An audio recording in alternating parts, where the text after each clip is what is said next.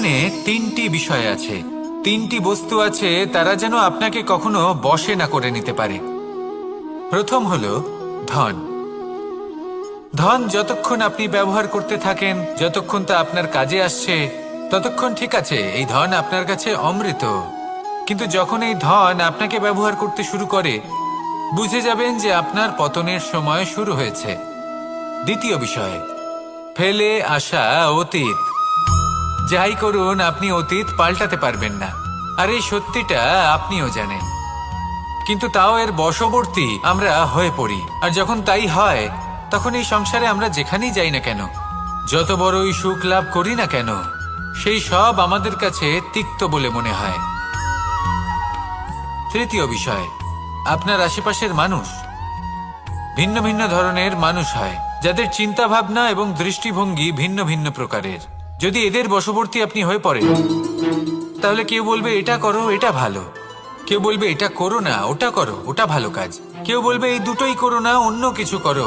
এই কথাগুলিতে আপনি এতটাই জড়িয়ে পড়বেন যে আপনি লক্ষ্যভ্রষ্ট হয়ে পড়বেন। তাই এই তিন বিষয় থেকে সাবধানে থাকবেন। যদি কোনো কিছু বশ করতে হয়, তাহলে আপনাকে বশ করতে হবে আপনার আজকে, নিজের বর্তমানকে। এটা খুব প্রয়োজনীয়। এটা ভাববেন যে এই সময়ের সদ্ব্যবহার আমি কিভাবে করব, সময়কে শাসন কিভাবে করব, ওই কর্ম কিভাবে করব যাতে ভবিষ্যতে কখনো আমার আফসোস না হয়, বরং এই সংসার আমাকে নিয়ে গর্ব করবে, সেই কর্ম করুন।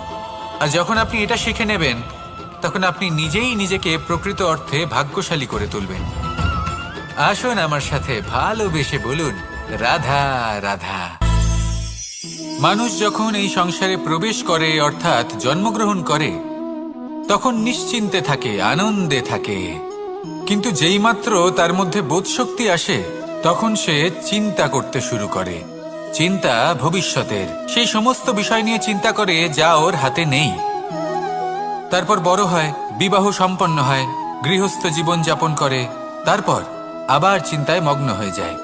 ভাবে এই যে আমার পরিবার, আমি কি ঠিকমতো তার খেয়াল রাখতে পারছি? কাল যখন আমি এই সংসার থেকে চলে যাব, তখন আমার এই পরিবারের দেখাশোনা কে করবে? শেষ পর্যন্ত এই পরিবার তো আমারই উত্তরদায়িত্ব। যাক, আপনাকে একটা প্রশ্ন করি। এই সংসারে আসার পূর্বে আপনি কি এই প্রশ্ন করেছিলেন, এটা ভেবেছিলেন যে আমাকে ছাড়া এই সংসার কিভাবে চলবে? করেননি, তাই তো? তাই আপনার এটা নিয়ে দুশ্চিন্তা করার প্রয়োজন নেই যে আপনি যখন এই সংসার ত্যাগ করে চলে যাবেন তখন কি হবে। আপনি যখন ছিলেন না, তখনও এই সংসার চলছিল।